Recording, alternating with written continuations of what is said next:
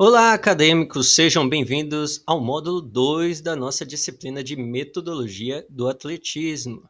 Se o módulo anterior nós viajamos pela história e entendemos, como foi o desenvolvimento desse conjunto de modalidades esportivas que é o atletismo, o tema deste módulo agora é das ruas, das pistas, na verdade, às ruas, corridas, saltos e lançamentos.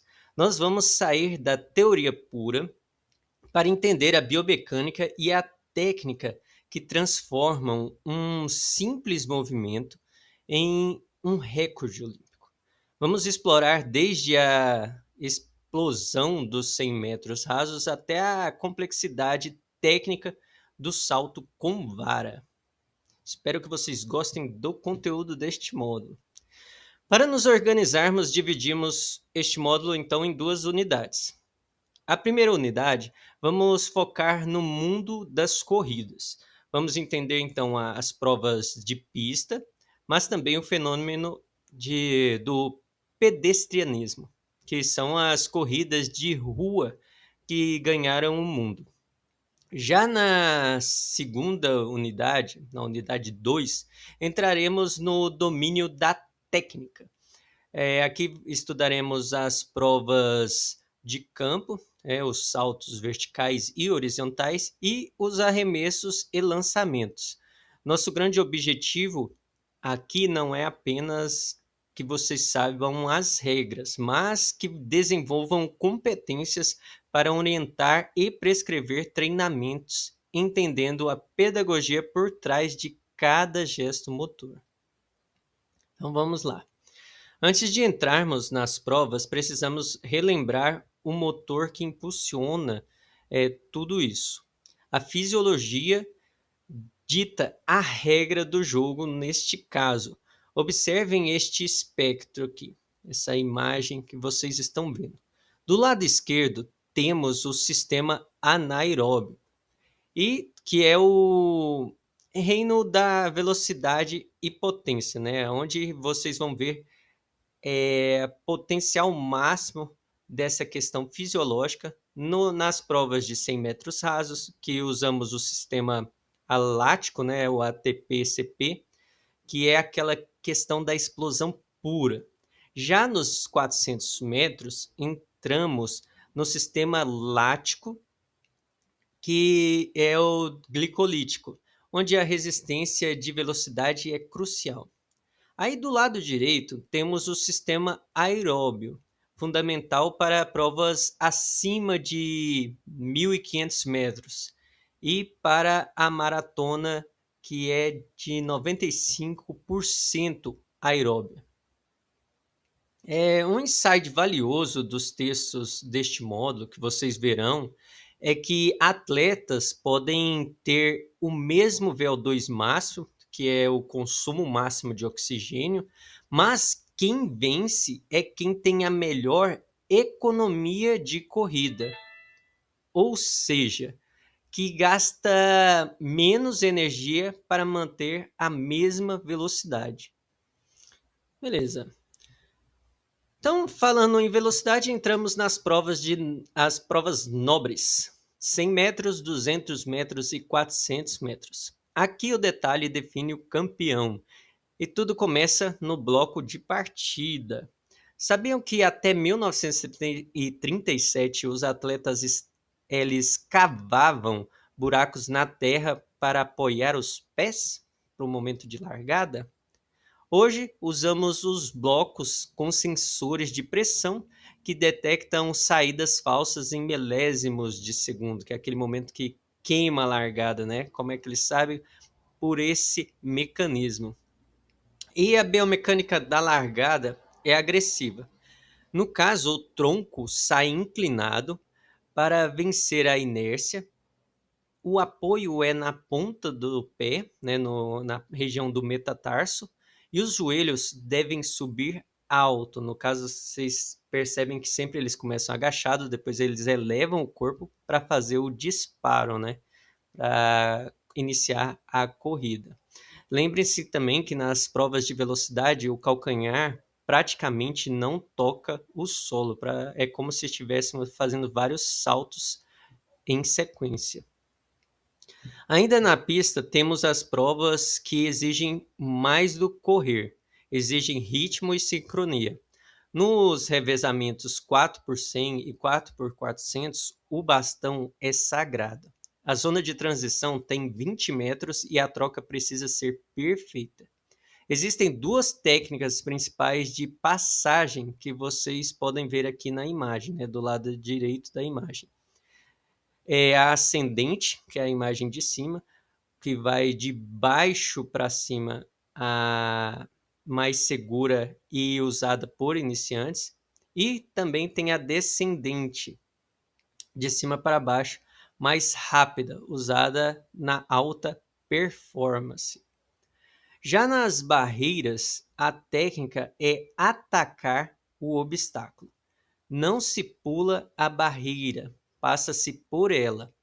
Temos a perna de ataque, né, aquela que fica estendida, e a perna de arrasto, a perna de trás que fica flexionada lateralmente.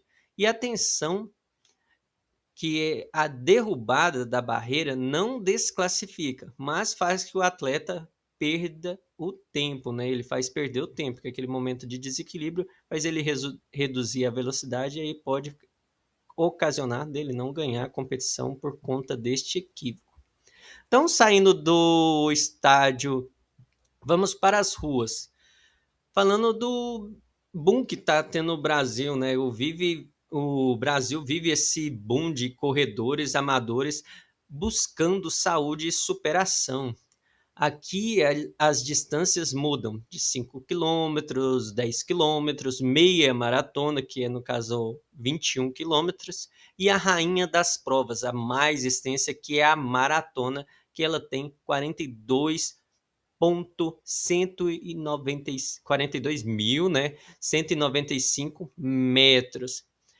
Falando nisso, vocês sabem por que dessa distância quebrada? Tipo, não é 42 quilômetros, é 42.195 metros.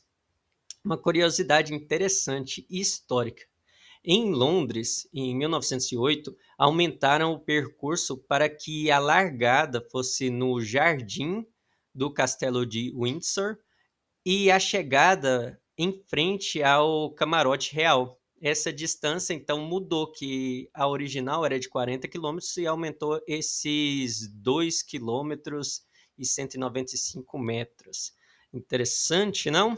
Mas vamos lá continuar no conteúdo.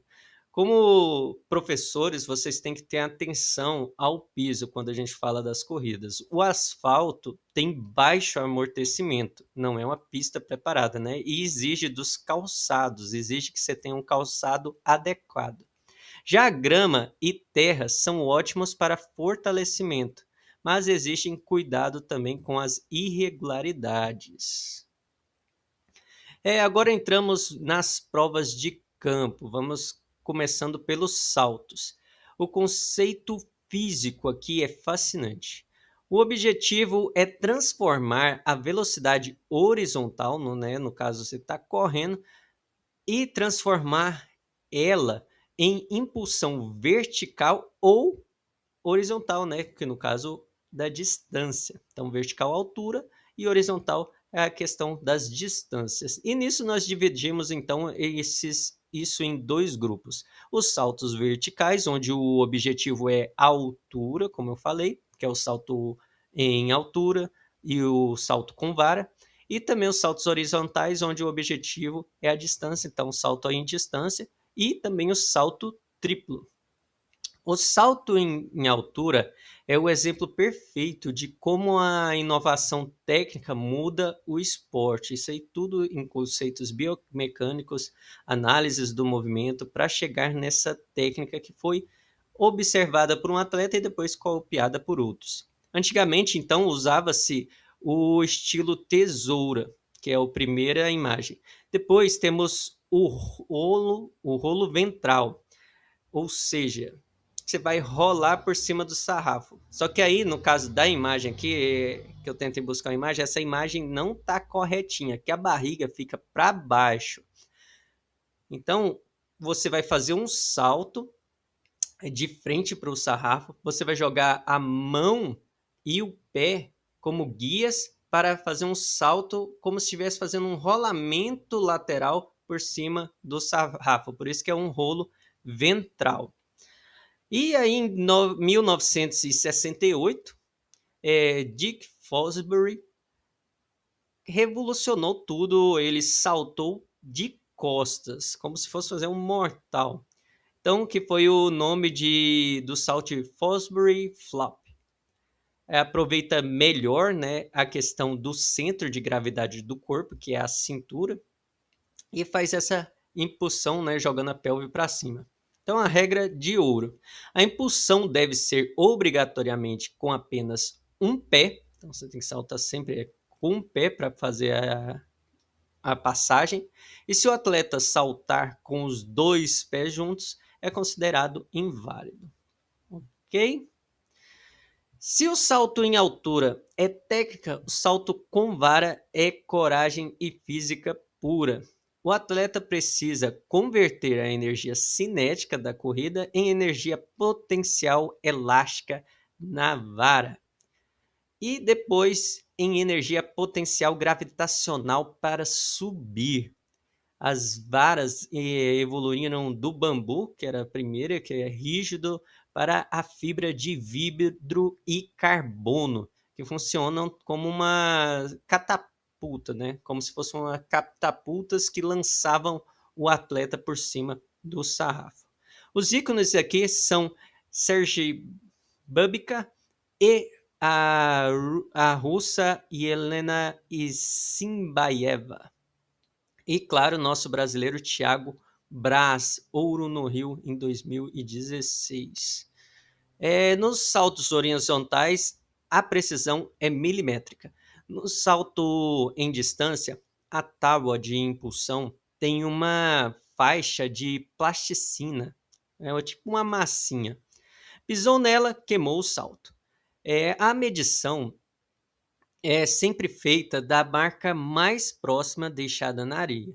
Geralmente onde vai estar a marca do bumbum ou da mão quando tocam, né, na queda do salto. No salto triplo, nós temos uma dança rítmica, que é o Hop Step Jump. O atleta deve fazer os dois primeiros toques com a mesma perna. Aí vai do atleta, né? Direita, direita, esquerda, ou esquerda, esquerda, direita, até fazer o lançamento e cair na areia. O Brasil tem tradição aqui, né? Como vocês viram no módulo 1, com o Ademar Ferreira da Silva e o João do Pulo. Para finalizar as provas de campo, temos os implementos. Uma distinção terminológica importante para vocês entenderem é que o arremesso ocorre quando o implemento é empurrado a partir do corpo. Só existe um tipo de arremesso, que é o arremesso de peso. O peso não pode desgrudar do pescoço antes do impulso final. Então você vai ficar com a bolinha aqui, ó, pregada até fazer o arremesso. Já o lançamento ocorre quando o implemento é projetado ou alavancado, ou seja, você vai estar com ele longe do corpo e fazer o movimento técnico. Temos o dardo, que você faz uma corrida linear, o disco, que você faz uma rotação aerodinâmica, e o martelo, que você usa a força centrífuga pura para fazer os lançamentos. O foco pedagógico, no caso em escola ou iniciação, deve ser a construção de implementos adaptados, como garrafas, PET, cabos de vassoura, para ensinar a técnica com segurança. E entrando um pouco nesse contexto pedagógico, agora que vocês entenderam, né, a questão das técnicas e a história, precisamos também responder essa questão, né? Como ensinar isso? Como transformar regras complexas e movimentos biomecânicos em uma aula atraente e segura. Vamos dividir nossa abordagem, então, pedagógica em 3 pilares fundamentais, como está descrito aí no slide. iniciação, segurança e inclusão. Essas informações vocês têm que entender plenamente na hora da leitura dos textos.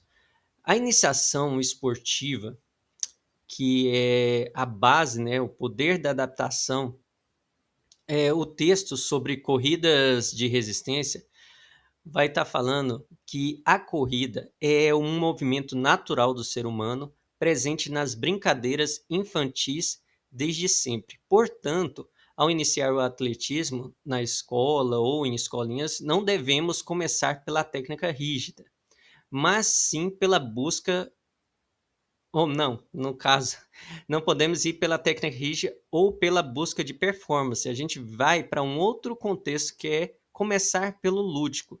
Devemos resgatar o prazer de correr e saltar. O atletismo deve ser apresentado através de jogos e estafetas, por exemplo. Também podemos utilizar do mini atletismo, que é crucial adaptar, né, as regras e principalmente os materiais, como eu falei no caso dos arremessos e lançamentos. Vocês virão, por exemplo, nos textos deste módulo, que um dardo masculino pesa 800 gramas e um martelo pode pesar mais de 7 quilos. Não podemos dar esses implementos para uma criança. Então, na prática pedagógica, usamos dardos, por exemplo, de espuma, martelos feitos de bola e corda ou barreiras de PVC. O objetivo é ensinar o gesto motor sem o risco do peso oficial. Nisso, a gente está também fazendo a questão da segurança e o controle de risco. A segurança é um tema transversal que aparece em dois momentos críticos nos nossos estudos que seguirão. Nos lançamentos, como verão, como vimos também aqui, estamos lidando com projéteis. Então, o martelo, por exemplo, gira em alta velocidade, com força centrífuga. A regra da gaiola que temos de proteção não é enfeite dentro do atletismo. E na escola, a organização do espaço é vital. Ninguém fica na área de queda. Então, o professor deve ter controle absoluto de quando lançar e quando buscar o implemento. Nas ruas, o artigo sobre a motivação dos corredores traz uma reflexão interessante. As pessoas estão saindo do ambiente controlado e seguro das esteiras, né, das academias, para um ambiente imprevisível da rua. Então, na rua temos trânsito, buracos, variação de clima. Como vocês se formando treinadores, ao prescrever treinos de rua, devemos sempre orientar o aluno sobre essa transição, garantindo que ele esteja preparado para esse ambiente mais hostil e evitando lesões por impacto no asfalto. E por fim, aqui também temos que falar de inclusão, que é a base de tudo. Então, por que ensinar atletismo se o aluno gosta de futebol ou basquete? O texto sobre saltos vai destacar que o salto vertical é fundamental no basquete e no vôlei e no futebol também. O texto corridas, que vai falar sobre corridas, reforça que correr é imprescindível para as demais práticas esportivas. Isso significa, então, que o atletismo é a base motora universal. Ao ensinar uma criança a correr com técnica, saltar com impulsão correta, lançar com coordenação, você não está formando apenas um atleta de pista, não um atleta só para o atletismo. Você está desenvolvendo um indivíduo com repertório motor para praticar qualquer esporte com mais eficiência e menos risco de lesão. E até ir atrás do ônibus para pegar, não perder o ônibus para ir para a faculdade, né? Ou para o trabalho. Então, o atletismo, portanto, não exclui, ele prepara para tudo. Então, é isso. Então, concluindo, o atletismo é chamado de esporte base, não é por acaso. Correr, saltar, lançar, são os movimentos fundamentais da motricidade humana. Se você ensina uma criança a correr e saltar bem, ela será um melhor jogador de futebol, de basquete ou de voleibol. Agora é com vocês. Acessem o ambiente virtual, né? Continue aqui, completem a trilha de aprendizagem e se tiverem dúvidas, mandem mensagem. Estou sempre lá respondendo vocês e vamos discutir como aplicar isso na realidade de nosso dia a dia. Abraço, gente, e até próxima aula.